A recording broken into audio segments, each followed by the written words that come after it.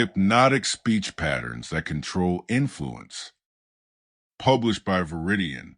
Chapter 1.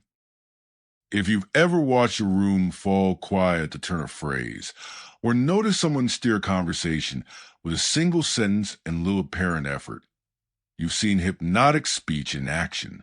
It looks like charisma, magic, or simply that the speaker has the gift. The truth is less mystical and far more practical.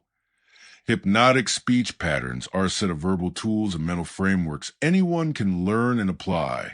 They don't require a mysterious aura or theatrical hypnosis. They require curiosity, practice, and, most importantly, responsibility. This book begins at the intersection of art and science. On one side is centuries of observation about how language shapes attention, emotion, and behavior. On the other are modern findings from psychology, linguistics, and neuroscience that explain why certain phrasing works. Our goal is not to teach tricks that manipulate people into doing things against their will. Rather, we'll focus on how to communicate so clearly, persuasively, and ethically that other people feel understood, open, and motivated to consider your ideas. Influence done well is a form of leadership. Influence done poorly is coercion. This book teaches the former and warns against the latter. Early on, you might notice a sneaky voice inside that says, if these techniques are powerful, won't people use them to manipulate? Yes, some will. That's why I begin with a frank conversation about ethics. Influence must be anchored to consent and mutual benefit. When you learn to make your language more compelling, you also take responsibility for how you apply it. Use these patterns to help people make better choices, to negotiate fairly, to teach, to comfort, and to lead. If your intent is exploitative, these methods will only make your misdeeds more effective.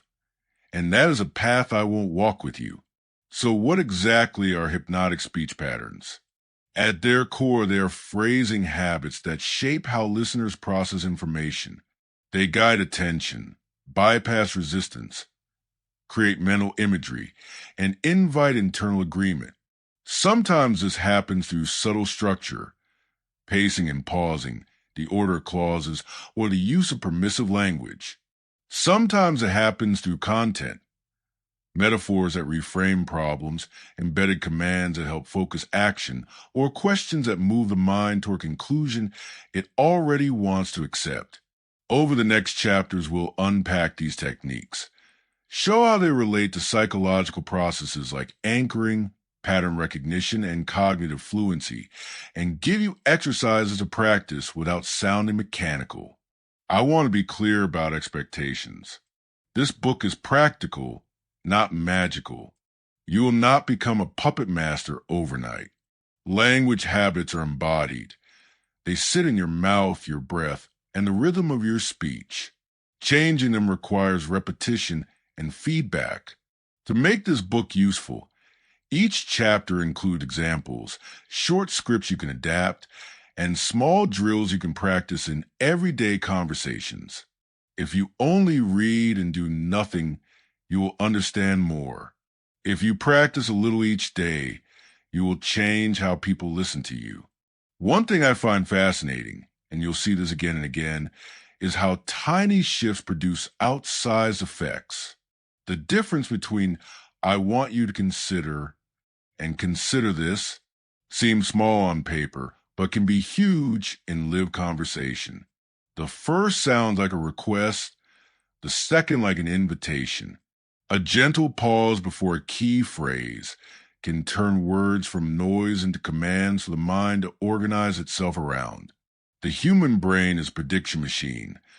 When you shape expectations, you shape outcomes. You'll also learn to read resistance. Hypnotic speech isn't just about speaking differently. It's about noticing how others respond. People signal discomfort, openness, curiosity, and skepticism in microgestures and verbal cues. When you learn the patterns, you can adapt in real time, soften your approach, ask a different question, or use supportive language to reduce defensiveness. This responsiveness separates persuasive communication from manipulative monologue. Another commitment I make in these pages is to evidence. I'll introduce concepts rooted in classic rhetoric and also point to relevant findings from contemporary psychology. For instance, when we talk about framing and anchoring, you'll see why a first offer tends to skew subsequent judgments. When we discuss metaphor, you'll see how it activates sensory and motor networks in the brain and makes abstract ideas tangible. I won't clutter the narrative with academic footnotes in the chapter text. This is a book written for practice, but I will present explanations that stand up to scrutiny and that you can test for yourself. You might be wondering about context. Are these techniques for salespeople, politicians, therapists, or everyday conversations? The answer is yes to all of the above if used ethically. Influence is merely the capacity to change the likelihood of a response. In therapy, influence can help a client adopt healthier habits. In the boardroom, it can align a team behind a strategic pivot. In a relationship, it can help you express needs in a way that invites cooperation rather than conflict. Because the methods are versatile, we'll use a variety of examples: public speaking, one-on-one conversations, written messages, and brief persuasive moments like the ask. Pay attention to the context you care about most. Adapt the drills accordingly. Finally, a small promise. There's a secret principle that runs through every chapter. A simple truth about how human minds work that, once understood, will make the rest of the techniques click into place. It's not a magical incantation. It's a principle of attention and alignment that allows you to thread language into someone's existing worldview rather than trying to tear that worldview down and rebuild it. I'll flag it in different forms as we progress, and at the end of the book, we will revisit it and distill it into a practical practice you can use daily. By choosing to read this book, you are choosing to become more mindful about how language works. Whether you want to be a more persuasive leader, a more compassionate partner, or a clearer speaker, the tools ahead are meant to serve those ends. Start small. Practice with curiosity. Treat every conversation as a laboratory where you test hypotheses about phrasing, listen for signals, and refine. Influence is not a trophy. It's a skill that grows through practice and integrity. Turn the page when you're ready. In the next chapter, we'll begin with the fundamentals: how rhythm, tone, and pacing shape attention, and how to harness them so your words not only reach ears, but change minds. Chapter 2. If words are the map, then rhythm, tone, and pacing are the compass. Subtle, constantly recalibrating, and quietly deciding whether a listener stays on a trail or wanders off.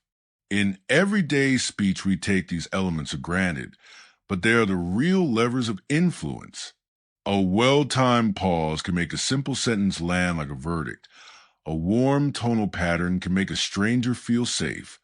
A rushed cadence can trigger resistance before the content is processed. In this chapter, we'll explore how your voice sculpts attention, how breath underpins authority, and how simple pacing techniques let you guide someone's mental tempo without forcing it. Begin with a basic observation. Humans are rhythmic animals. Our heartbeats, breathing, walking, and even attention operate in cycles. Language rides those cycles.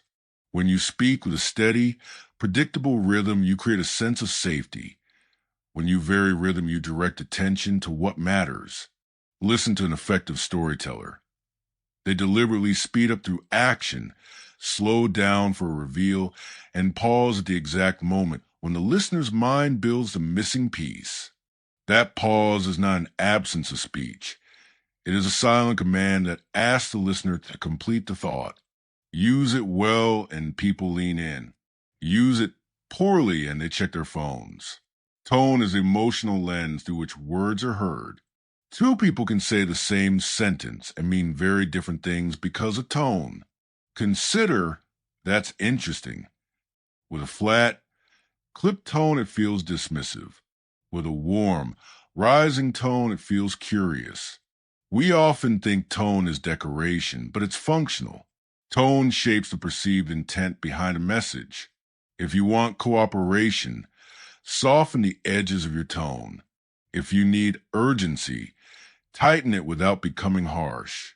If you want to soothe, slow your pace and lower your pitch slightly. The body interprets lower pitch and slower tempo as calm and steady. Pacing is where most people stumble. Pacing refers to how quickly you deliver words and where you place pauses. Fast pacing can create excitement and give the illusion of confidence, but too fast and you short-circuit comprehension. Slow pacing can feel authoritative and careful, but too slow and you risk boredom.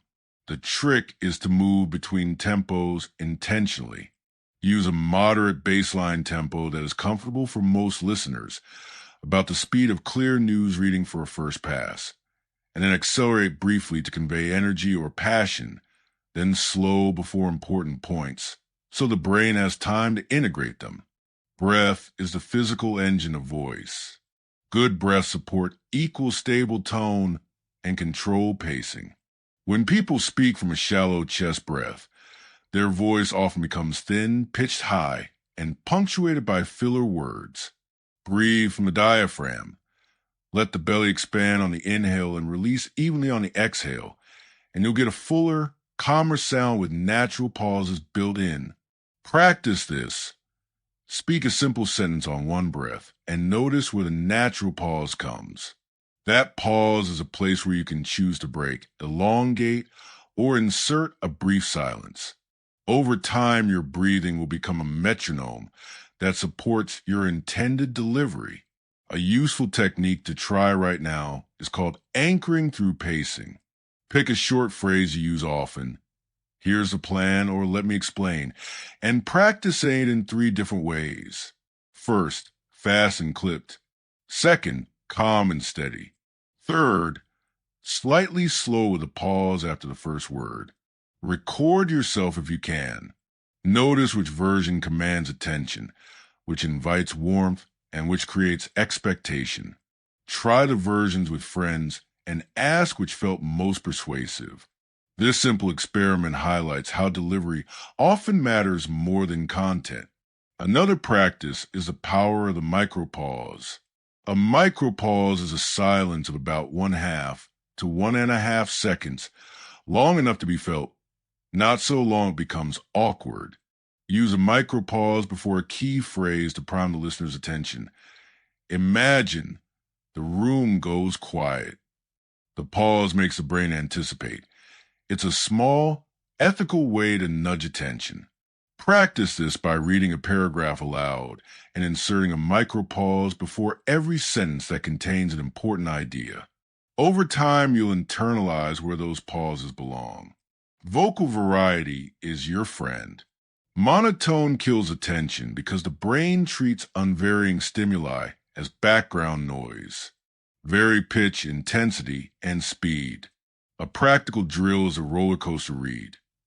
Pick a paragraph and read it 3 times, each time emphasizing different words and altering pitch.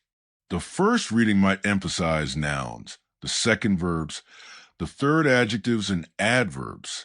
Each reading will feel different emotionally and will reveal how emphasis shifts meaning.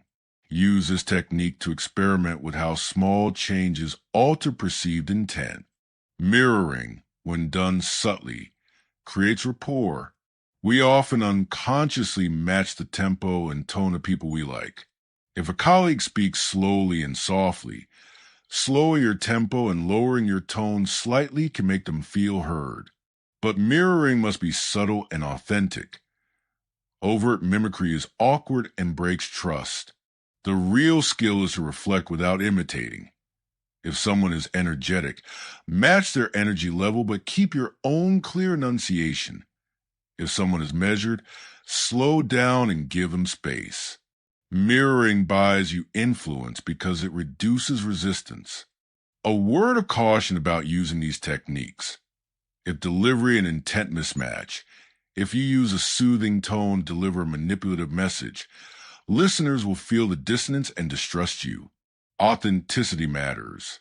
Use rhythm and tone to align your speech with your real intentions. Influence is most durable when it flows from genuine alignment between what you say, how you say it, and what you actually want. Let's add 2 short scripts that show pacing and tone in action. Try them aloud.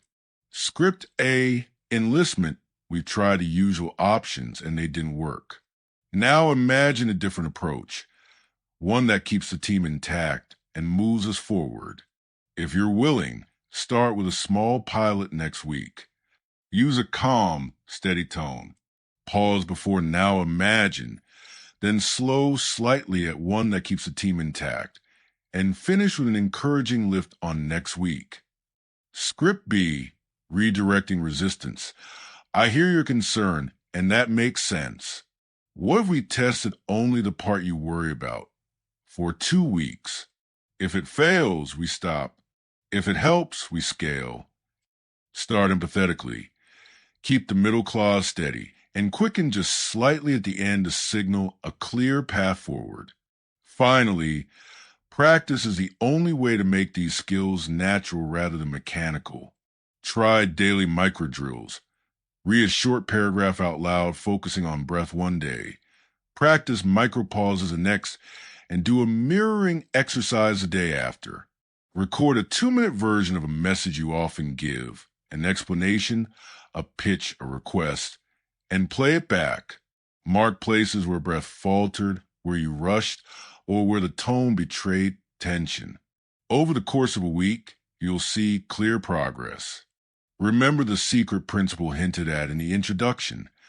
Attention follows expectation. Rhythm, tone, and pacing are the tools you use to set those expectations. They prepare the listener's mind to receive what you offer, and, when used ethically, they make communication smoother for everyone involved. In the next chapter, we will examine specific language patterns, embedded commands, permissive phrases, and metaphorical framing, and show how these verbal structures interact with the vocal techniques you've practiced here. Keep practicing the voice work. Your words will thank you for it. Chapter 3. Words are not just containers of meaning. They are levers you can place inside a sentence to nudge attention, frame possibility, and invite action. In this chapter, we'll dig into the most appendable linguistic tools of hypnotic speech. Embedded commands, permissive phrases, metaphorical framing, and the subtle dance of suggestion and permission. These aren't tricks to be hidden behind theatrical flair. They're precise ways to structure thought so that listeners can arrive at conclusions without feeling coerced. Used ethically, they create ease. Used poorly, they create resentment. Keep your intent clear and your respect for the listener intact. Start with embedded commands because they are both simple and powerful. An embedded command is a short instruction placed inside a longer sentence, often set off by a change in tone, a pause, or a slight drop in volume. The rest of the sentence provides cover. The listener hears the whole structure, but the brain often processes the instruction like a small, actionable item. For example, compare these 2 lines. If you look at the graph, you'll notice the trend, and if you look at the graph, you'll notice the trend. Focus on the upward move. In the second, focus on the upward move functions as an embedded command. It's not shouted, it's slipped in. The mind often accepts it as a helpful direction rather than an order. The mechanics matter more than mystery. To make an embedded command work cleanly, signal it with a vocal change.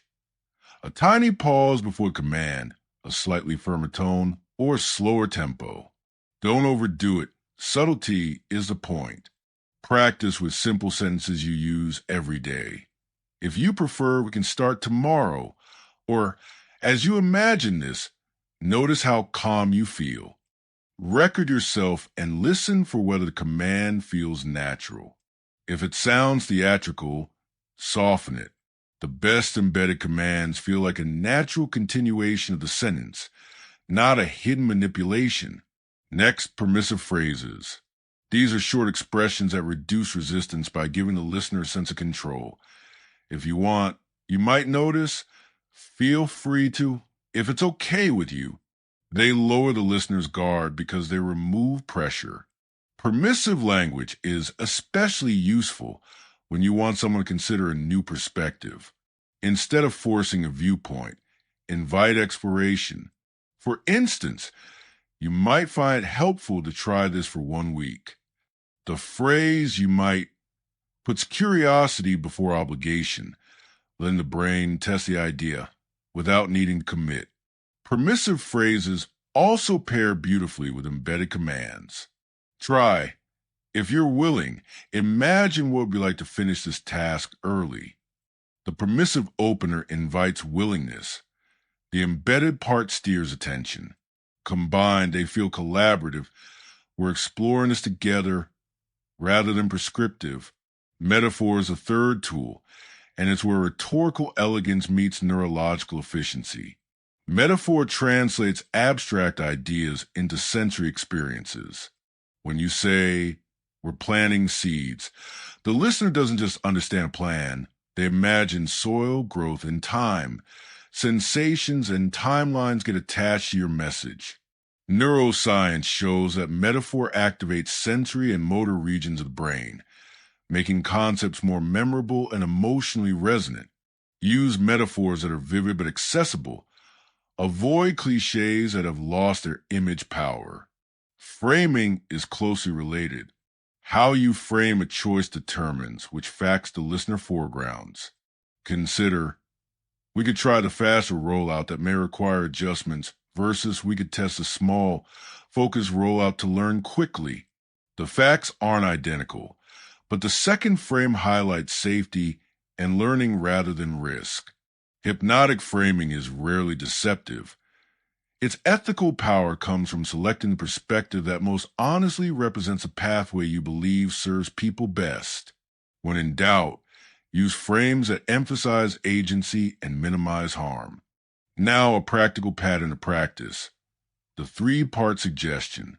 Humans like patterns. Triads are especially sticky. Use a short sequence that moves the listener from acknowledgement to visualization to action.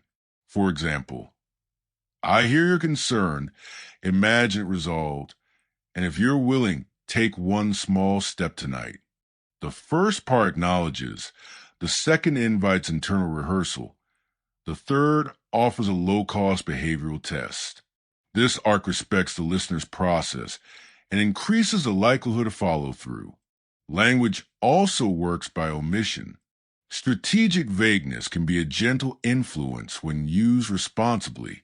Saying many people instead of everyone broadens inclusion without demanding conformity. Some find frees listeners to self-identify without pressure. But don't confuse vagueness with evasiveness. The goal is to lower resistance, not to avoid accountability. Always be ready to specify when asked. Embedded metaphors combine nicely with permissive language for a subtle, elegant move. Try this. If you like, imagine the idea as a small ship, launch in a sheltered bay and see how it sails. It invites permission, provides a concrete image, and suggests a low-risk action. The listener has mentally rehearsed the scenario and can decide to test it with reduced anxiety. A few short scripts will help you practice. Say each aloud, experimenting with tone, micro pauses, and breath. Script 1, gentle nudge, if you're open to it. Try describing the problem in 1 sentence. Notice what that clarity does for your thinking. Pause before try and slow slightly on notice. Script 2, agreement to action. I hear that you want stability. Imagine a next step that feels safe, and if it seems right, take it this week. Use a warm tone for I hear, a vivid cadence for imagine, and a soft, encouraging lift on take it this week. Script 3, decision frame. Many teams start with a 2-week trial. Some learn a lot fast. Others confirm it's not for now. You could try the trial on a small scale and decide after. Keep this factual with a neutral tone and a short pause before you could. Practice these until they feel natural. The real test is whether you can use them in live conversation without sounding rehearsed. Start in low-stakes interactions. Suggest a new book to a friend, propose a small change at work, or offer a new habit to your partner. Watch for micro-responses, a slight nod, a softened breath, a quick "tell me more." Those are signs your language is landing. Ethics must guide every choice. Embedded commands and permissive phrases are tools of influence. They will work for good or ill.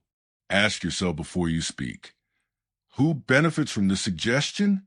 If the answer is mainly you, rethink the approach. True persuasive skill aligns mutual benefit with clarity of intent.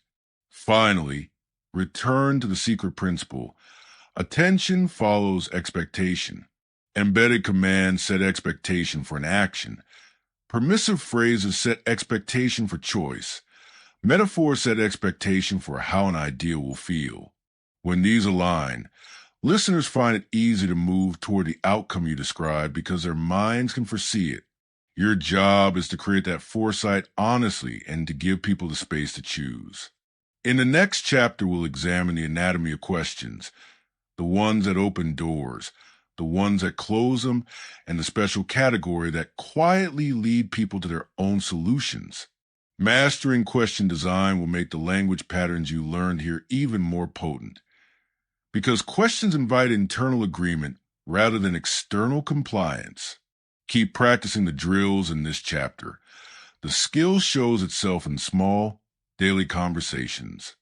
Chapter 4. Questions are the keys that open minds. The right question invites exploration. The wrong one closes a door and leaves people defending positions. In this chapter, we'll map the anatomy of questions, how to craft ones that open doors, how to avoid conversational landmines, and how certain question forms quietly lead people to their own conclusions. Questions do more than gather information. They direct attention, frame options, and create momentum. Learn to ask well, and you shift the balance from telling to guiding. Start with a simple distinction. Open questions versus closed questions. Closed questions ask for a limited response. Yes/no, a number, a date. They are useful for checking facts or getting quick commitments. Do you agree? Can you make it Friday? Open questions invite elaboration and thought. What would make this work for you? How do you see this fitting into the team's goals? Open questions are the generative engine of influence. They encourage people to construct answers. And in constructing answers, they often talk themselves into new possibilities. When you want collaboration and insight, favor open questions. When you need clarity or a quick decision, use closed ones. Next, the power of presuppositional questions. A presupposition is something the question takes for granted, subtly nudging the listener to accept a fact as true. Compare, if you decide to try the pilot, what would success look like? Versus if you don't decide to try the pilot, what will hold you back? The first presupposes you decide to try. The second presupposes you won't. Well-crafted presuppositions invite people to imagine pathways where the desired result already exists. Use them ethically. Only presuppose realities that could reasonably be true, because dishonest or unrealistic presuppositions destroy trust. Leading questions are cousins of presuppositions. They steer the answer toward a particular outcome. Wouldn't you agree our customers prefer speed over customization? Use sparingly. Leading questions can speed agreement in a group already leaning that way. Overuse makes people feel coerced. If you sense resistance, switch to exploratory wording. What do our customers value most in your view? The latter gathers information and demonstrates curiosity, which reduces defensiveness. Then there are rhetorical questions. Questions that don't expect an answer but make a point. Who doesn't want to be better at this? Or what's at stake if we do nothing? Rhetorical questions can be powerful in speeches and writing because they invite internal agreement.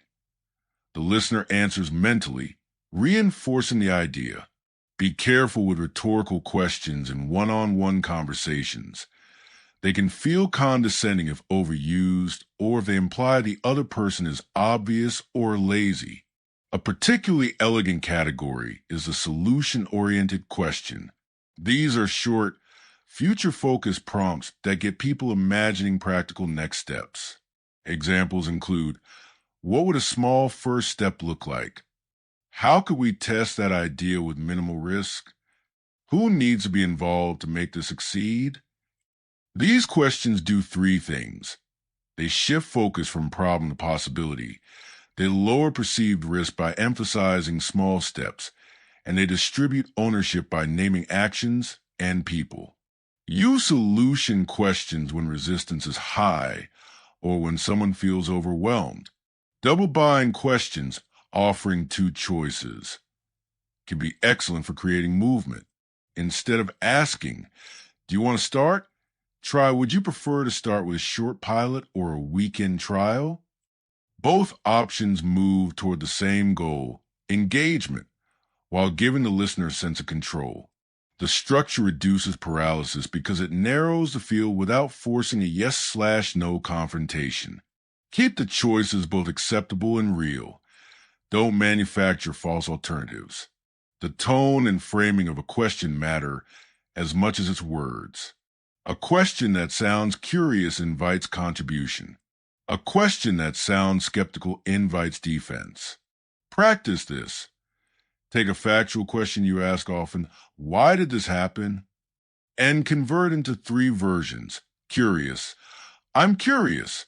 What do you think led to this? Diagnostic. What sequence of events produced this result? And accountability focused. What will you do differently next time? Each has its place. If your goal is to learn and to build rapport, the curious form is your best default. Don't underestimate the power of silence after a question. When you ask an open or reflective question, resist the urge to fill the gap with your own thoughts.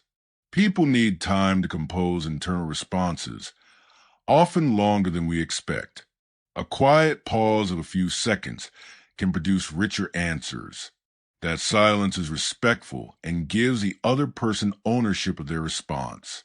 If silence feels awkward, count to 3 before speaking.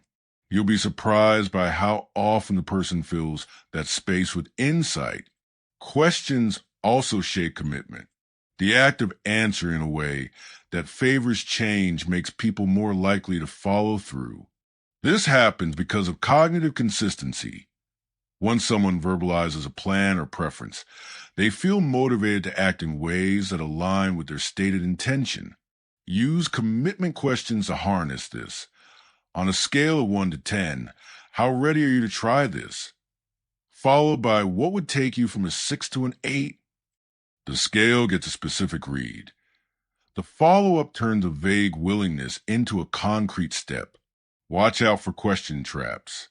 Avoid leading with blame. Why did you let this happen? Or with absolute terms that corner the respondent. Why are you always late? These provoke defensiveness. Also avoid rapid-fire questioning that feels like an interrogation. If you need to cover many points, cluster them into themes and give the person space between clusters. Practice makes question crafting feel natural. Try a daily exercise. Pick 3 conversations you'll have, work, home, social, and plan 1 open, 1 solution-focused, and 1 commitment question for each. Use them and note the responses. Which question opened a door? Which prompted defensiveness? Adjust wording and tone based on what you observe. Here are a few ready-to-use scripts to practice aloud. Script A, opening curiosity. I'm curious. What do you notice when you think about this project 5 months from now? Pause and listen. The future focus encourages projection rather than defense. Script B, low-risk commitment. If you were to test this for 2 weeks, what small change would you make first? The short time frame and small action reduce barrier to entry. Script C, double bind close.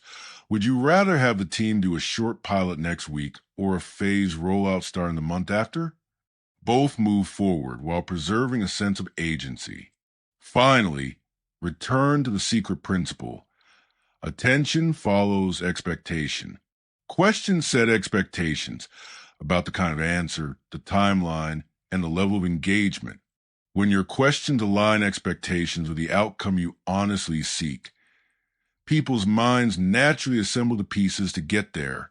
Asking the right question is often more effective than giving the right answer because it invites ownership.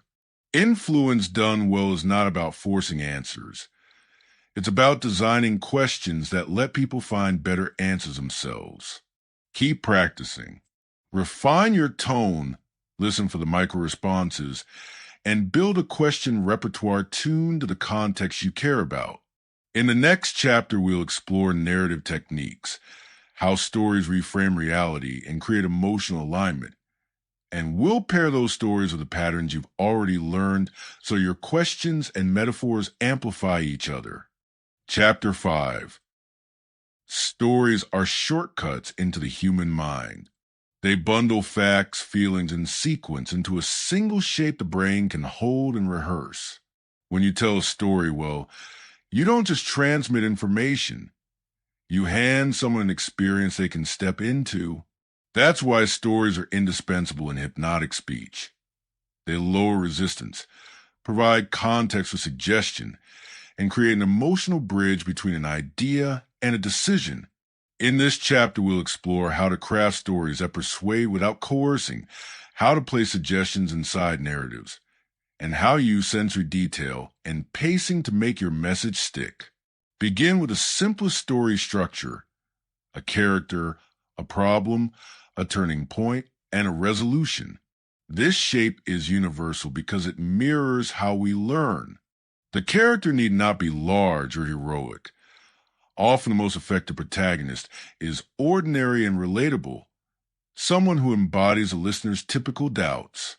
A relatable character invites empathy. When listeners empathize, they mentally simulate the character's choices and outcomes, which lowers resistance to the same choices in their own lives. Sensory detail is what makes a story real. Abstract claims, this method increases engagement, are forgettable.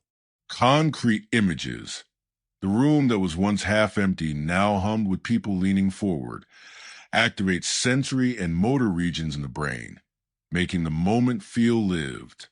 Use 2 or 3 vivid sensory cues per story: a sound, a small visual detail, a tactile image. Don't overload.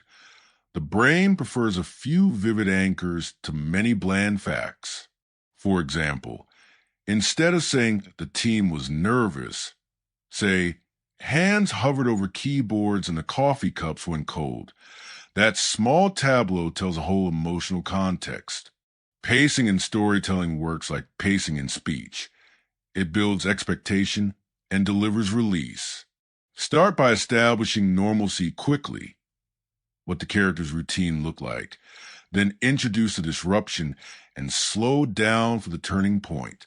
The turning point is a place where you can insert a subtle suggestion or embedded command. Because the listener is already invested, the suggestion lands inside a narrative frame rather than as an explicit instruction. For instance, he paused, breathed, and chose to ask one simple question: what would happen if we tried it for just 2 weeks? And the room shifted. The embedded command is cushioned by context and modeled as a normal, sensible action. Metaphorical stories are especially potent. A metaphorical tale, like describing progress as a river finding new channels, lets listeners map the story onto their own situation without feeling lectured. You can craft parables that mirror common objections and then show how a small, ethical decision resolve the problem. The moral should be implicit, not hammered.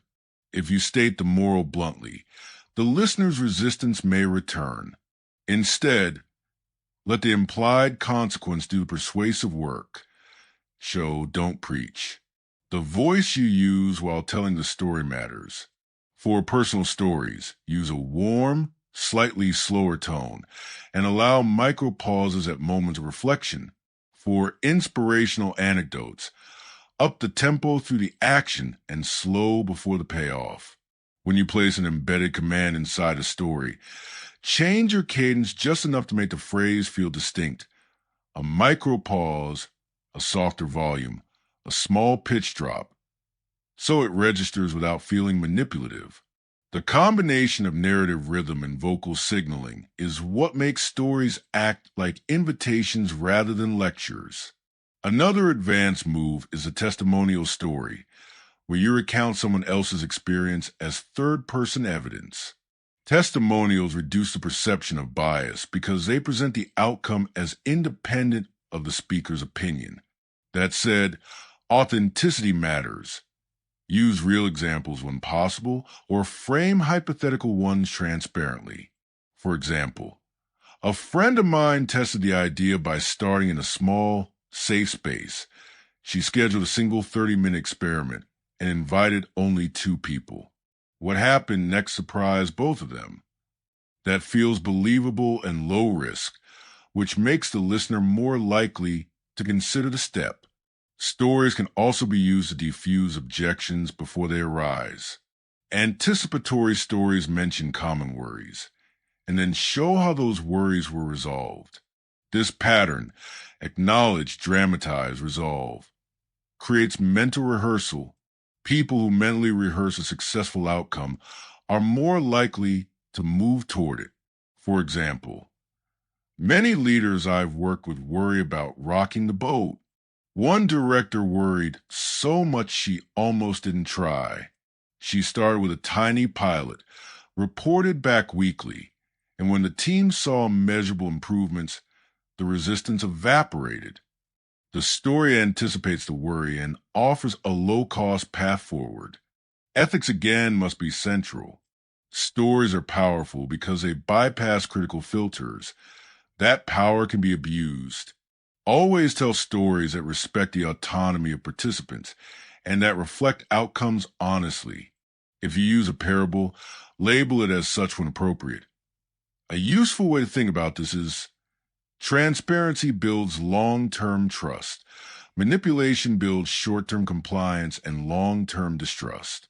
Practice is essential. Try this exercise. Write 3 short stories you can use in contexts you care about. 1 personal anecdote, 1 customer or colleague anecdote, and 1 metaphorical parable. Each story should be 120 to 200 words. Read them aloud, focusing on breath and pacing. Insert 1 embedded command into each story, signaled by a small pause and a tonal change. Record and listen back. Ask yourself, does the story feel honest? Does the embedded command feel like a natural part of the narrative? Tweak until it feels effortless. Here are 2 brief scripts you can adapt and say aloud. Script A, personal anecdote. I remember being stuck on a project that felt impossibly complex. Every option seemed risky, and I kept circling the same fears. One afternoon, I decided to try one tiny experiment. Accept a 2-hour window where we'd focus only on 1 variable. We set it up, watched what happened, and in that short time we learned more than we had in weeks, so much that it changed the plan. Try a brief experiment like that and notice what you learn. Use a slow, reflective tone for the opening and a brighter lift on notice what you learn. Script B, parabolic metaphor. Think of an old house with layers of paint. At first, the idea of stripping it down seems daunting, but painters start in 1 small corner to see what the original would look like. That 1 corner tells them what tools to use and how much work the rest will take. What if we started with 1 corner, one small test to understand the real effort required. Pause before one small test and soften your voice slightly to invite permission. Finally, remember the secret principle that threads through this book. Attention follows expectation. Stories set expectations about outcomes, emotions, and steps. When you craft narratives that are honest, concrete, and low risk, you help listeners simulate a future in which change is possible and manageable. The simulation itself increases the likelihood of action. Keep practicing your stories. Listen for the micro responses that tell you when a story lands, and refine the rhythms that make your narratives feel human and inevitable rather than contrived. In the next chapter, we'll turn to resistance, how to recognize it, how to name it, and how to reconcile it so conversations move forward with integrity. Chapter 6. Resistance is not the enemy. It's information. When someone pushes back, they're telling you where the conversation's friction lives. What matters enough to protect, what uncertain, or what feels risky. The worst response is to ignore resistance or to treat it as an obstacle to be steamrolled. The best response is to treat resistance as data, name it, accept it, and use it to guide the next step. In this chapter, we'll learn to recognize the many faces of resistance, how to name it without escalating, and how to reconcile it so conversations move forward with integrity. First, learn to read the signals. Resistance shows up in words. I'm not sure. That won't work. We tried that before, and in tone, tight-clipped, rushed, or overly formal. It also shows up physically. Folded arms, little backward leans, reduced eye contact, or sudden stillness. Linguistically, it appears as deflection. Let's talk about budget later. Minimization is not a big deal. Or overqualification. I mean, maybe if... Listen for disclaimers and hedges. I could be wrong, but... And for absolutist language, we can't, never, which often mask fear of being wrong. These are pointers to the underlying concern. Once you sense resistance, your first move is not to rebut. Rebuttal provokes defensiveness and reinforces whatever the person is protecting. Instead, try naming, a short, reflective phrase that shows you notice without judging. Naming does three things. It validates, it clarifies, and it creates a safe space for concern to be explored. Examples: I notice some hesitation. Tell me what's on your mind. Or, you sound unsure. What worries you most about this? Naming is not a long speech. It's an invitation to unpack, and it signals that you're more interested in understanding than persuading in that moment. Empathic language is the next tool.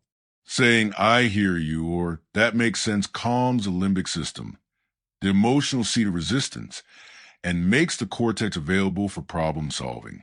One classic pattern is the feel-felt-found approach. I understand how you feel. Others have felt that way too. What they found was, use this sparingly and honestly. It's persuasive only if the found part is credible and relevant. If you don't have a true example, anchor instead in scenario work. I understand how you feel. Some people worry that it'll slow things down. What if we scoped a tiny pilot to test that exact worry? This combines empathy with a low-risk option. Reframing is powerful but must be used with integrity. A reframe shifts the perspective so the concern is viewed differently, not dismissed. For instance, when someone worries about risk, reframe risk as information. What we're by with the pilot is clarity, not commitment. A good reframe translates the threat into a manageable asset. Avoid reframes that minimize the other person's feelings. It's nothing, because that invalidates trust. Another subtle skill is to ask a clarifying question that converts resistance into a practical constraint.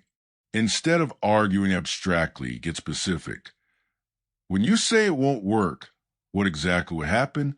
Or what would have to be true for this to feel acceptable to you? These questions transform vague unease into actionable concerns you can address. People often don't have fully formed objections until they speak them. Helping them articulate specifics often dissolves the fear. Use bounded options to reduce paralysis. People resist when the choice seems too large or risky. Narrowing the field creates movement. Offer two acceptable low-cost options. This double bind reduces a cognitive load, but preserves agency. Would you prefer a one-team pilot or a time-limited trial? Both are steps forward, but feel safe. Likewise, micro-commitments work. Ask for a tiny behavior. Can you review this document for 5 minutes tomorrow? And follow up. Small yes build momentum. When resistance is about identity or values. We're not that kind of company. Don't try to change identity with logic. Use stories and testimonials that model identity-compatible behavior. There was a team that valued careful decision-making. They treated this as a controlled experiment and maintained their standards while learning a lot. This shows how the new action can coexist with the old identity. Paradoxical interventions can be effective with skilled delivery. Invite the resistance rather than fight it. Say something like, "Maybe you're right. This might not be for us. If that's the case, what would make it obvious to you that it's not?" The question forces the other person to imagine the endpoint and often reveals that the threshold for not for us is high. Alternatively, it clarifies real blocking concerns you can solve. Practice the art of concession and anchor. Concede on a non-essential point to preserve credibility, then anchor back to a constructive proposal. You're right that the timeline is tight. We can extend it slightly. In exchange, can we agree to test just one element for 2 weeks? This signals collaboration rather than dominance. Be mindful of timing. Resistance is often strongest when someone feels pressure to decide immediately. If possible, offer a pause. "I hear this is important. Would it help if we pause and revisit it after you had time to think?" Time could be an ally because it allows internal alignment. But pair pauses with commitment to follow up. Without it, the pause becomes avoidance. Here are a few scripts to practice aloud. Use tone and micro pauses to signal authenticity. Script 1, naming plus question. "I sense some hesitation. What's the main worry for you here?" Pause and listen. Let the person speak without interruption. Script 2, feel felt found plus micro commitment. "I get why that feels risky. Others have felt the same. They tried a focused 2-week test and found it gave them exactly the data they needed. Would you be willing to try a similar short test?" Use a calm, steady tone and allow silence after question. Script 3, paradox plus clarity. "Maybe this idea won't fit our style. If that's true, what would make it clear to you that it's not worth pursuing?" The question reframes resistance as a diagnostic tool. Practice exercises will make these moves automatic. For 1 week, notice every time you meet resistance, big or small, and log 3 things. The signals you notice, what you named, and what happened next. In role play, practice the feel felt found, the bounded choice, and the paradoxical question. Record yourself and listen for sincerity. If you can, adjust the words until they feel natural. Always check your intent. If your aim is to override someone's agency, resistance is a justified boundary and you should step back. Influence is durable only when it's voluntary. When you guide, your job is to align expectations honestly so attention follows toward a mutually acceptable outcome. That's the secret principle in practice. By acknowledging and reshaping expectations, you change where attention goes, and with it the likelihood of action. Resistance, handled well, is the path to better decisions. It compels you to clarify, to specify, and to co-design solutions that hold up. Treat resistance as a collaborator, not an adversary, and your influence will be stronger, kinder, and more enduring. In the next chapter, we'll look at ethical boundaries and safeguards, how to use these techniques responsibly so influence becomes service, not coercion. Chapter 7. Power without guardrails becomes harm. The techniques in this book change how people listen, decide, and act. That influence carries responsibility. This chapter is about the ethical guardrails you should build around your practice, how to spot misuse, how to design honest influence, and how to ensure your communication serves autonomy and mutual benefit. Ethics here isn't a dry add-on.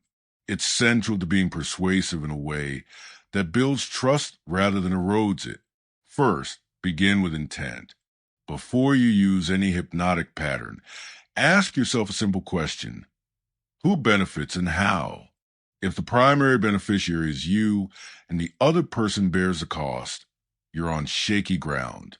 Influence grounded in mutual benefit creates sustainable outcomes. Influence aimed at short-term gain at the other's expense corrodes relationships and reputations. Make a habit of naming your intent out loud when appropriate. My aim here is to get us aligned on a plan that helps the team and stays realistic. This transparency reduces suspicion and models integrity. Consent is the second pillar. You don't need formal permission for ordinary persuasion, but you should aim for informed, voluntary acceptance, especially when consequences matter. In groups or professional contexts, consider framing proposals as experiments with opt-in options. We're proposing a 2-week pilot. If you want to participate, we'll collect results and decide together. This frames influence as a cooperative inquiry rather than a stealthy nudge. When people can choose, they are more likely to engage honestly and to give accurate feedback. Third, avoid exploiting vulnerabilities. Certain states, heat of conflict, emotional distress, extreme fatigue, or cognitive overload, make people more susceptible to suggestion. Never deploy subtle influence when someone is highly vulnerable in ways that impair judgment. If you notice a person is emotional or exhausted, slow down, name the state, and offer to revisit later. Phrases like, I can see this is intense. Shall we pause and pick this up tomorrow? Honor autonomy and prevent coercive outcomes. Transparency about persuasive intent matters. You don't need to announce every device you use, but acknowledge when you're trying to influence a decision, saying, I'm arguing for this because I believe it will protect the team's workload, or I'd like to persuade you, can I share why? Gives people context to evaluate your message. It might slow the persuasion, but it breeds durable buy-in rather than compliance out of confusion. Accountability is the fourth pillar. If you propose an action that affects others, take responsibility for outcomes. That means measurable criteria for success, clear timelines for evaluation, and pathways to reverse or adjust decisions if they don't work. Offering to be accountable models confidence and fairness.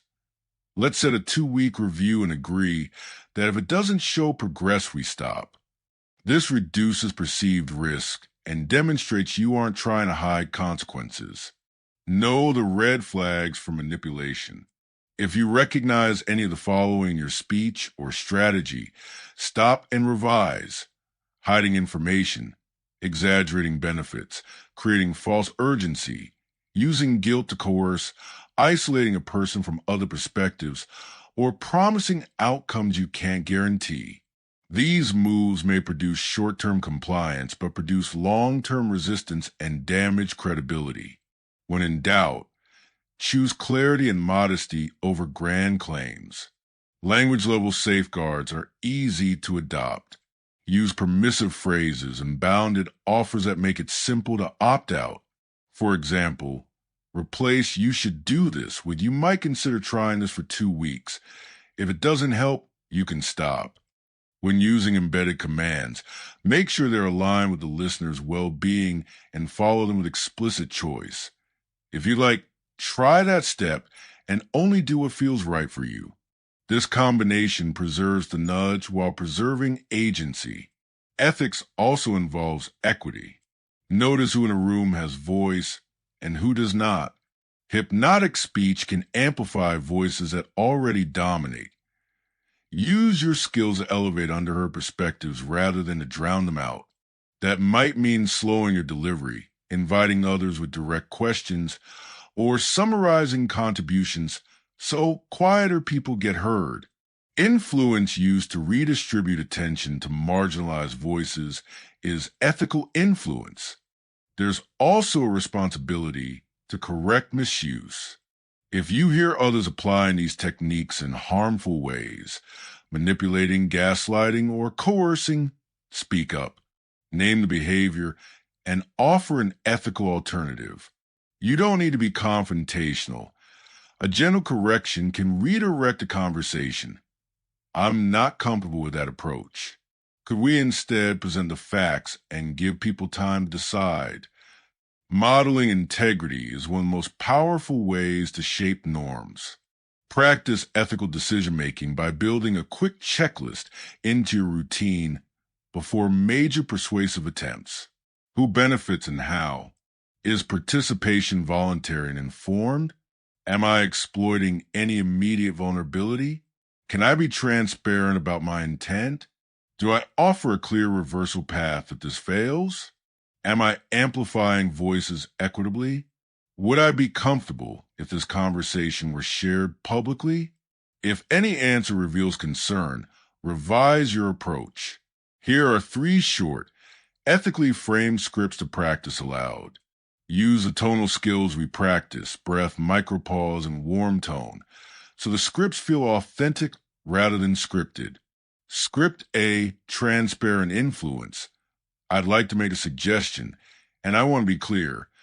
My goal is to reduce the team's workload. If you're open, I'll propose a 2-week pilot, and we'll measure results together. Pause, then invite questions. Script B, consent check. This might help, but only if you want to try it. Would you be willing to test it for 1 week, and then tell me honestly what changed? Use a permissive opener and a micropause after, only if you want to try it. Script C, vulnerability safeguard. You seem tired. This is an important decision. Can we pause and continue tomorrow so we all bring fresh thinking? Slow, compassionate tone. Offer a concrete time to follow up. Part of ethical practice is self-reflection. After persuasive conversations, take a moment to review. Did people leave feeling informed and respected? Were objections genuinely heard?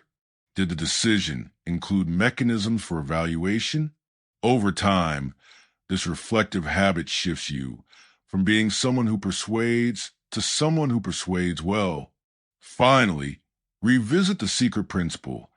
Attention follows expectation. Ethical influence means aligning expectations honestly, so attention moves towards shared beneficial outcomes.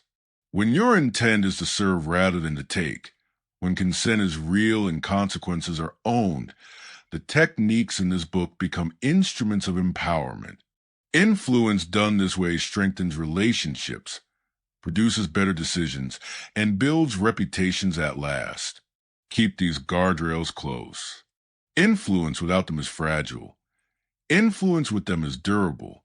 In the next chapter, we'll practice advanced pattern integration, how to combine voice, language patterns, questions, stories, and ethical checks into slick, real-world sequences you can use in meetings, conversations, and talks. Chapter 8. By now you know the pieces: voice, embedded language, questions, stories, resistance handling, and ethics. The real skill is not in isolated techniques, but in weaving them into short sequences that feel natural and resilient in real conversations. This chapter is about that weaving, how to design short, repeatable conversational patterns you can use in meetings, one-on-ones, presentations, and difficult conversations. Think of these sequences as small recipes: a few ingredients, a clear order, and a simple way to test whether the dish worked. When combined with the ethical checks we covered, they let you move from theory to reliable practice. Start with the simplest integrated sequence: the invite, illustrate, ask loop. It's 3 steps you can use in nearly any persuasive moment. First, invite. Set the frame and permission with a permissive opener and a micropause. Second, illustrate. Tell a short story or give a vivid image that models a change. Third, ask. Pose a solution-oriented question or a bounded choice that moves toward commitment. The rhythm feels collaborative. You invite, you show, you ask, for example, in a team meeting. If you're open for a quick idea, imagine if we tested this feature with just 5 users for 2 weeks. What would be the least risky way to do that? Notice how the permissive opener lowers pressure. The imagined story makes the outcome concrete, and the question narrows the path forward. A useful variation for one-on-one requests is the empathize, embed, close pattern. First, state an empathetic reflection to name resistance and build rapport.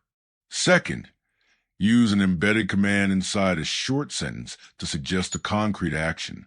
Third, close with micro commitment that's very low cost. Spoken aloud, it might sound like, "I get that your plate is full. Totally understandable. If you can, try blocking 30 minutes next Tuesday to draft a single paragraph, and then we'll review it together." The empathic opener disarms. The embedded command, "try blocking 30 minutes," is precise and actionable, and the low-cost close reduces friction. When presenting to a group, longer sequences are useful because you have to manage attention across more people. Use the pattern: hook, frame, story, command. Check. Open with short vocal hook. An unusual fact, question, or micropause that interrupts autopilot. Then frame the purpose briefly and ethically. "I'd like to propose a pilot to reduce churn. I'm sharing this to invite feedback." Tell a concise testimonial story that models success. Follow with a clear embedded command. Consider a 2-week, 5-user test. And end with a check question that invites participation. Who's willing to help design the test? This sequence aligns expectation at each stage: attention, hook, orientation, frame, simulation, story, action, command, and ownership, check.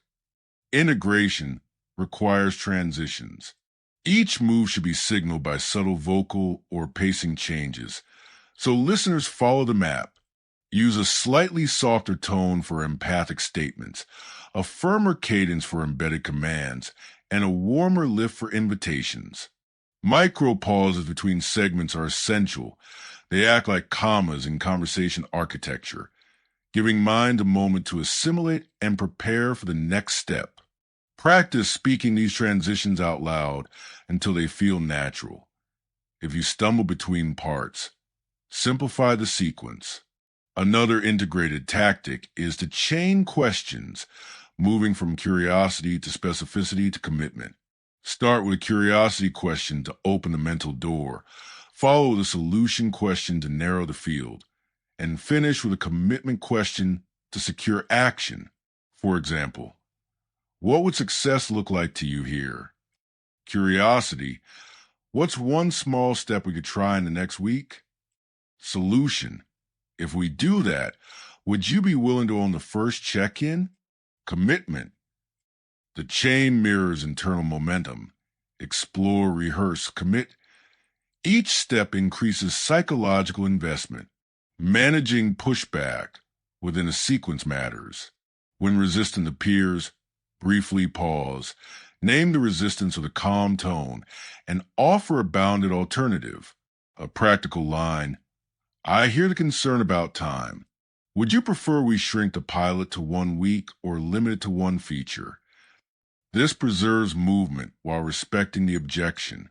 Note how the naming step reduces limbic reactivity, and the bounded choice reduces cognitive load. Integrating ethics into sequences is not optional. It's what makes influence durable. Before you start any persuasive sequence, run the quick checklist from Chapter 7 in your head. Who benefits? Is participation voluntary? Am I exploiting vulnerability? Can I be transparent? And what's the reversal path? If any answer raises doubt, adjust. You can state these safeguards out loud without killing momentum. We'll run this as an opt-in pilot, measure results, and stop if we don't see improvement. Transparency often increases buy-in because it reduces perceived risk.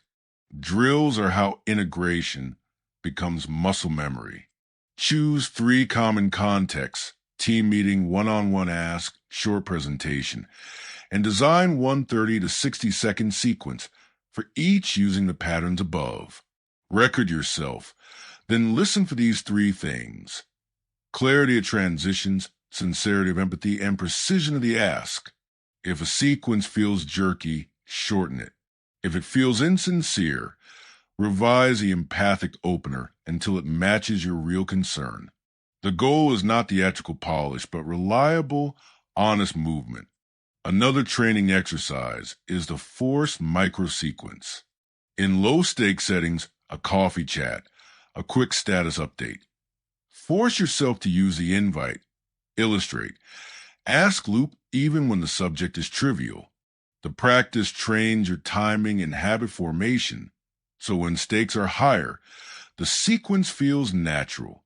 Keep the actions tiny. Invite permission, share a 1-sentence example, and ask a 1-minute favor. Over weeks, this produces fluency without rehearsed cadences. A caution about automation. As sequences become habitual, they can sound template-like if you don't vary language and tone. Keep variety by changing metaphors, adjusting pacing, and customizing the closing question to the person. Authenticity is not the absence of structure. It's the honest alignment of structure and intent. If you find yourself using a pattern reflexively to get a yes, stop and ask why. Influence without alignment is brittle. Finally, remember the secret principle that runs under every technique. Attention follows expectation. Integrated sequences work because they set expectations in small, sequential steps that the mind can accommodate. You don't leap from idea to agreement. You scaffold attention so people can simulate, rehearse, and choose. When your sequences respect autonomy, are transparently framed, and are tailored to the context, they become powerful tools of leadership rather than instruments of coercion. Practice the sequences, refine them, and let them become part of your conversational toolkit. In the next chapter, we'll focus on rehearsing for high-stakes moments, how to prepare, how to simulate pushback, and how to iterate quickly using feedback. Until then, use these patterns in low-stakes settings and notice how small, ethical scaffolds nudge conversations toward better outcomes. Chapter 9. High-stakes moments are where everything you practiced either sings or squeaks. A board presentation, a performance review, a difficult conversation with a loved one. These are situations where the cost of getting it wrong feels large, and the payoff for getting it right is meaningful. This chapter is about preparation that actually works. How to rehearse so your voice, language patterns, questions, stories, resistance handling, and ethics integrate under pressure. The goal is not to memorize a script like a robot, but to build a set of simple, adaptable moves that you can rely on when the room tightens and your adrenaline starts to climb. Start by separating preparation into 3 domains: content, delivery, and contingency. Content is what you want people to know and what decision or action you'd like them to take. Delivery is how you bring that content to life: voice, pacing, gesture, and story. Contingency is what you will do if the room resists, misunderstands, or surprises you. Treat each domain with respect. Over-preparing content while ignoring delivery leaves you unreadable. Polishing your delivery without anticipating counterarguments leaves you exposed. Allocate rehearsal time across all three. A dry run should always begin with a clear objective written in one sentence. By the end of this meeting, I want the team to agree to a 2-week pilot with measurable criteria. Anchor everything you rehearse to that sentence. If a story, metaphor, or embedded command doesn't move that objective forward, either revise it or remove it. Clarity of aim simplifies choices under pressure. When rehearsing delivery, use video.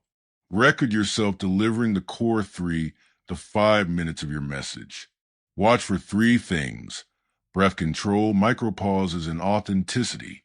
Look at whether you inhale before important lines, whether you leave tiny silences that let the listener fill in, and whether your facial expression matches the words. Be harsh but fair in review. If something looks or sounds staged, simplify. The human mind favors naturalness over polish. Practice until the delivery feels like your voice amplified, not someone else's performance. Role play is your most reliable way to prepare for contingency. Recruit a colleague, friend, or coach and give them instructions to play specific forms of resistance. The skeptical listener, the distracted stakeholder, the emotional objector, the bureaucratic blocker. Don't be wimpy about the roles. Ask them to be realistic. Run the scenario multiple times and experiment with different responses. Name the resistance. Use feel, felt, found. Offer bounded choices. Or tell a short anticipatory story. After each run, debrief. What worked? What felt authentic? What stalled the conversation? Iterate until you have 2 or 3 go-to moves for the most likely pushbacks. One rehearsal tactic that separates the good from the great is the sabotage test. Ask your role player to actively try to derail you. Interrupt, bring up tangential objections, or deliver a blunt no.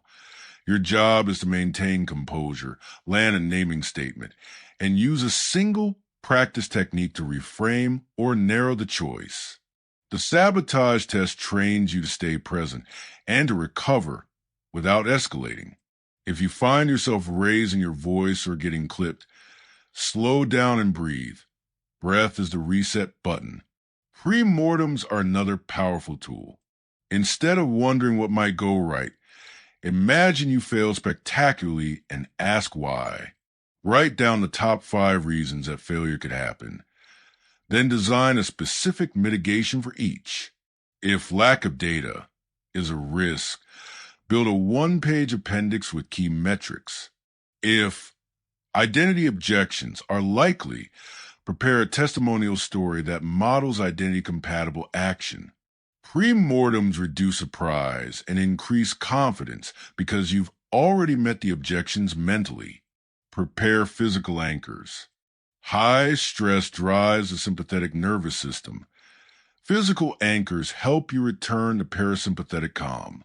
Choose one small, discrete anchor, a fingertip press on your thumb, a breath pattern, or a brief posture adjustment. Then practice it during rehearsal. Use it when you feel your heart rate spike. Pair the anchor with a line like one breath, one focus, so the external gesture triggers an internal state. Make the anchor subtle. It's for you, not for the audience. Language rehearsal should focus on modular chunks, not long monologues. Create 3 short scripts you can deploy as needed. A 1-sentence opener that frames purpose and consent, a 2 to 3-sentence embedded command story that models the action, and a 1-sentence close that offers a bounded next step. Practicing modular chunks makes it easy to adapt on the fly. If someone interrupts with a new concern, you can swap modules instead of starting over. Stress rehearsal is essential. Run a practice where you physically mimic the event. Wear similar clothes. Stand if you'll stand, use the same slides, and set a timer. Simulate the pressure by adding a small stressor, a noisy fan, someone occasionally interrupting, or a time limit. These imperfect simulations reduce shock on a real day and reveal practical issues. Does a microphone change your vocal tempo? Does a slide force you look away? Fix those problems in rehearsal, not on the stage. Feedback loops matter. After every real high-stakes interaction, run a short self-debrief and optionally a feedback session with a trusted observer. Ask 3 questions. What did I do that helped the most? What triggered tension? What will I change next time? Keep a running log. Over months, you'll see patterns and improvement. Make feedback specific. My micro pauses dropped after minute 6 is more actionable than I sounded nervous. Prepare contingency scripts for the most common pushbacks. Here are templates you can adapt and practice aloud until they're fluid. If they say we can't afford it, I hear the budget concern. What if we tested a single element with no extra spend for 2 weeks and measured impact? If it's worth scaling, we present the data. If not, we stop. If they say this isn't our style, I understand we value stability here. One option is a controlled experiment that preserves our standards. 1 team, 1 metric, 2 weeks. Would that feel more aligned? If they say not now, timing matters.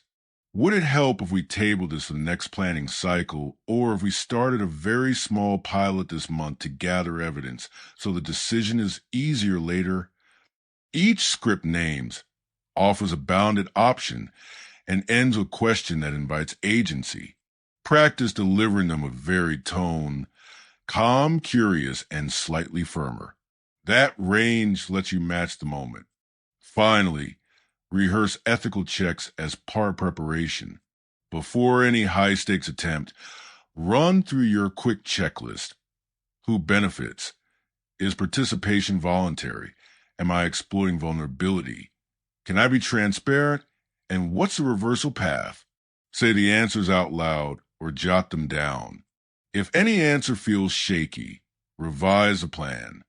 High-stakes influence without ethical clarity is short-lived and corrosive. Return to the secret principle. Attention follows expectation. The rehearsals you do set expectations for how you'll behave when under pressure. If your rehearsals include breath, anchoring, modular scripts, and pre-mortems, your body and mind learn to expect composure, and attention in the room will follow. The final chapter will tie everything together into a daily practice you can maintain long-term. For now, rehearse with honesty, simulate with rigor, and build a small set of moves that let you guide conversations with clarity and care. Chapter 10. You started this book to learn how language could move people in ways that feel natural, ethical, and effective. If you read to this point, you already have more than a handful of techniques. You have a map for how to shape attention, scaffold choices, and create conditions where people can imagine better options and then choose them. But the difference between knowing and becoming skilled lies in one thing: practice that's honest, intentional, and repeatable. This final chapter stitches together the lessons into a daily practice you can carry forward, and it closes by returning to the single idea that makes everything else useful. Attention follows expectation. First, a short reminder of the principle. When you set an expectation in someone's mind, through rhythm, tone, the words you pick, a question you ask, or a story you tell, you guide their attention toward a particular mental simulation. Once their attention is shaped, their thinking, feeling, and behavior tend to follow. That is not manipulation when used with integrity. It's leadership. It becomes manipulation when the expectation you create serves only you and harms others. So the practice you're about to adopt should be built on 2 foundations: experimentation and ethics. Experimentation because influence is learned by testing and refining. Ethics because influence only remains valuable when it respects autonomy and aims for mutual benefit. Make a small, 5-minute daily routine your baseline. Skills compound when practiced consistently, so choose a simple morning ritual to prime your voice and mind. 2 deep diaphragmatic breaths while saying your one-sentence intention for the day aloud. Keep the sentence focused on service, e.g., today I'll listen, understand, and offer one clear option when asked. The breath anchors calm. The sentence sets your compass. Read one of your short modular scripts aloud. One opener, one story, one bounded ask. Use full voice and a deliberate micropause before the embedded command. Record 30 seconds on your phone, once every few days to notice shifts. 2 minutes of micro exercises. Practice one micropause before a key phrase. Do one anchoring breath when your voice rises. Speak a permissive opener and a double bind close. These mini rehearsals train muscle memory so that, under pressure, you don't default to old patterns. Add a weekly check-in that takes 15 to 30 minutes. Choose one real interaction from the week, an email, a meeting, a difficult conversation, and run a short review. What worked? What signaled resistance? How did you name it? Which pattern did you use? And what would you try differently next time? Write a short note. One thing to repeat, one thing to change, and one gratitude about how the conversation helped someone. This turns practice into a feedback loop that's small enough to maintain, but powerful enough to change habits. Use a simple experiment log for deliberate learning. For each small persuasive attempt, jot these 4 lines. Context pattern used, observed response, next tweak. Over time, the log becomes a treasure trove of personal data, showing which phrases, tones, and metaphors work best with which people and contexts. Influence is local. What works in one culture, team, or relationship will vary, so your data matters more than any abstract rule. Build micro commitments into your calendar. Influence grows when you convert intention into tiny actions. 1 2-minute ask in a team meeting, one short story shared with a colleague, one question designed to open thinking. Small yes create momentum for you and for others. Treat these micro commitments as experiments to be celebrated, not as proofs of genius. When you rehearse for higher stakes moments, follow the rehearsal triage. Content, delivery, contingency. Anchor your delivery with physical reset, one breath, one finger press, so you can return to steady rhythm immediately. Rehearse your contingency scripts until they're modular. A naming line, a feel felt found, a bounded choice. Those modules are reliable because they respect autonomy while directing attention toward constructive options. Ethics is not a one-time decision. It's a habit. Before every significant attempt at influence, run the 7-question check from Chapter 7 quickly in your head or notebook. Who benefits? Is participation voluntary and informed? Am I exploiting any vulnerability? Can I be transparent about intent? Do I offer an exit or reversal path? Am I amplifying voices equitably? Would I be comfortable if this were public? If any answer is negative, revise the approach. Say the answers out loud if you're preparing publicly. This simple ritual keeps your influence aligned with service and protects your long-term credibility. Cultivate humility by inviting feedback. After a meeting or conversation, ask a trusted colleague one short question.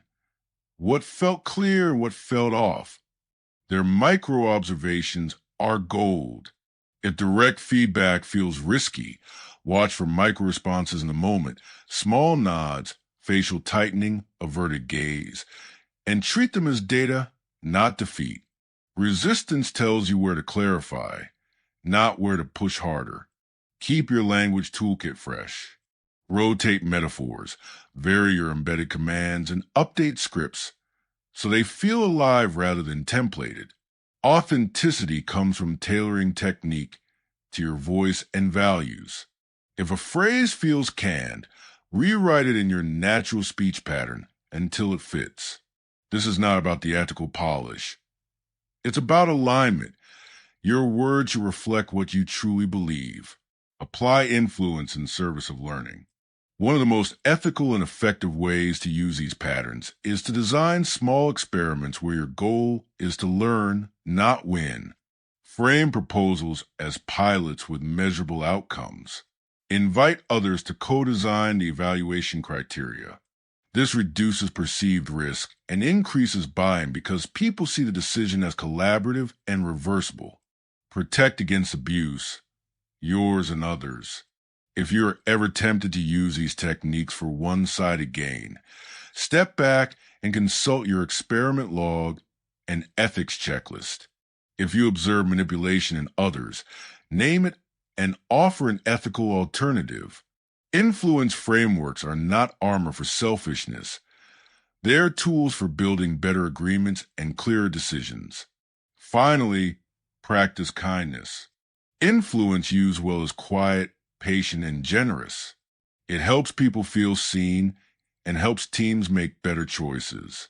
Your daily practice will sometimes produce awkward attempts and false starts. That's part of learning.